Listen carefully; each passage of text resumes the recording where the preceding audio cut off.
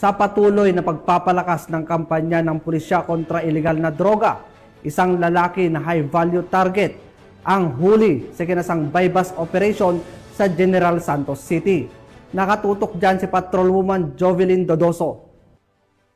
Isang lalaki sa ikanasang drug bypass operation ng mga otoridad sa Purok San Vicente, Barangay San Isidro, General Santos City. Nakilala ang suspect na si alias Mitra, 37 anyos, kabilang sa itinuturing na high-value target ng PNP at PDEA at residente ng Barangay San Isidro, General Santos City. Dinakip si Mitran matapos umanong mabentahan nito ang isang pusher buyer ng isang piraso ng heat-sealed transparent plastic sachet na naglalaman ng hinihinalang shabu. Nakuha rin mula sa suspect ang isang piraso ng genuine 1,000 piso bill at 2 piraso ng tig 1,000 piso na bodol money, 2 piraso ng heat-sealed transparent plastic sachet na naglalaman ng hinihinalang shabu, mga drug paraphernalia at iba pang mga non-drug item. Aabot sa 6 na gramo ng hinihinalang shabu na may estimated street value na 15,000 ang nasabat sa suspect. Ang operasyon ay isinagawa ng General Santos City Police Office Police Station 4, Philippine Drug Enforcement Agency Region 12 at Coast Guard Intelligence Group Southern Mindanao. Nasa pangangalaga na ng PDEA Regional Office 12 ang suspect na maharap sa kasong paglabag sa Republic Act 9165 o Comprehensive Dangerous Drugs Act of 2002. Ang pambansang pulisya, katuwang iba't ibang ahensya ng pamahalaan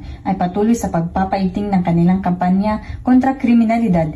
Ito ay alinsunod sa isa pang pangunahing prioridad ng administrasyon na labanan ang mga sindikato ng droga at sa mga taong patuloy na gumagawa ng illegal na aktibidad.